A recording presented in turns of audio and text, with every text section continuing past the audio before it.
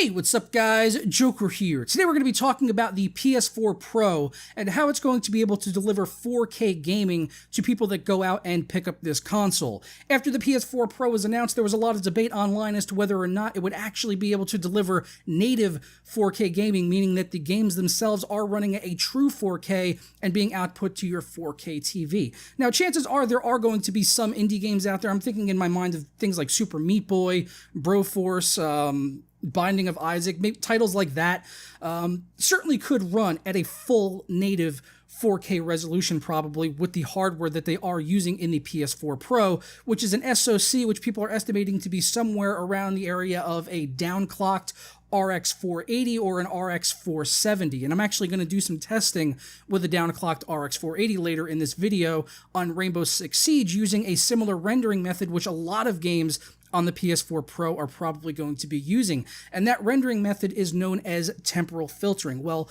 what exactly is temporal filtering? First off, don't confuse that with temporal anti-aliasing, which is just a method of smoothing out edges in games. Temporal filtering is a bit different from that. To quote NVIDIA's website directly over on their GeForce guide for Rainbow Six Siege, they say temporal filtering renders the game at half resolution with 2 times MSAA. In other words, a 1920 by 1080 picture is rendered at 960 by 540, and 2 times MSAA is applied to smooth out the now rougher edges. As a result, there are the same number of depth samples as the full resolution 1920 by 1080 picture, but only a quarter of the shaded samples, improving performance greatly, but also decreasing image quality. This manifests as a reduction in the quality and visibility of ambient occlusion and shadowing, increased shader aliasing, decreased lighting and shading fidelity, and a loss of fidelity on smaller game elements such as leaves, grass, and visual effects and minute pieces of geometry. That's quoting the GeForce site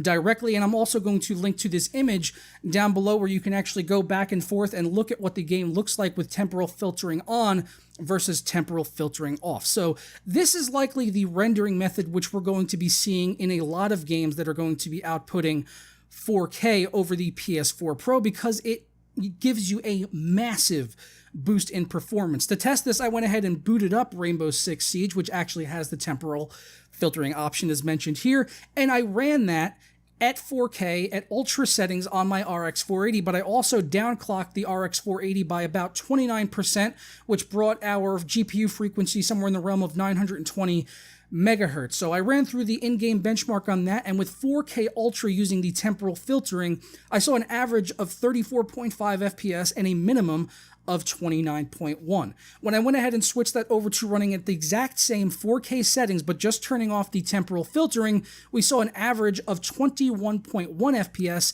and a minimum of 18.4. So you could see there just by putting on that temporal filtering option, which is rendering the 3840 by 2160, aka 4K, at 1920 by 1080.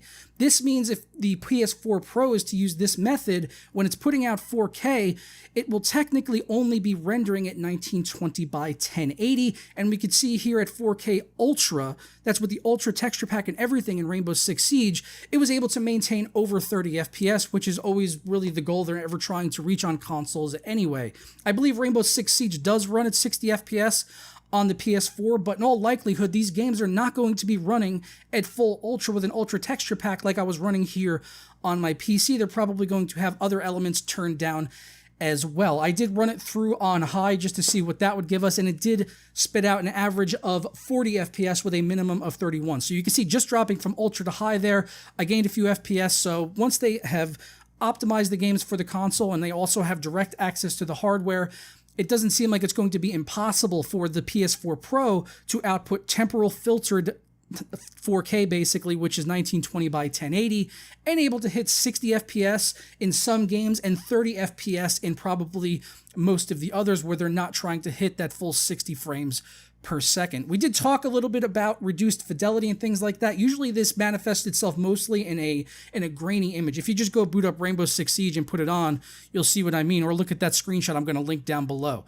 Right here, we're over on DSOG, though, right now, looking at screenshots of the 4K version of Deus Ex Mankind Divided on the PC versus the PS4 Pro.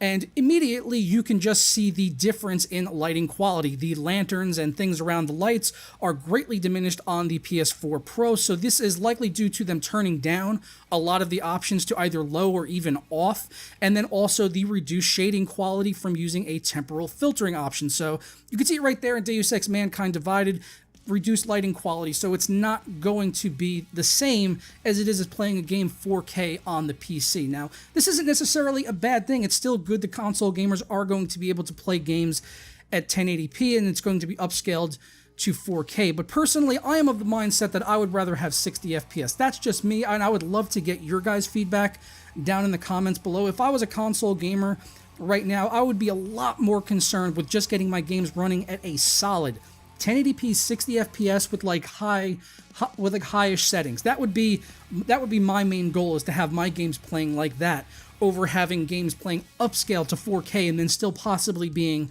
30 FPS, which to me is just completely unplayable 30 frames per second. I know there are a lot of people out there that are used to it and they don't mind it or whatever, but to my eyes, usually plays at over 100 FPS on a 144 Hz monitor. 30 FPS is like basically looking at a slideshow. So I'm going to go ahead and get on out of here, guys. This is all the evidence I have here about the temporal filtering, which is most likely going to be the option they're going to be using on the PS4 Pro, besides just regular upscaling. So let me know your thoughts on this down in the comments below, and I look forward to discussing it further with all of you. And I'll catch you guys next time.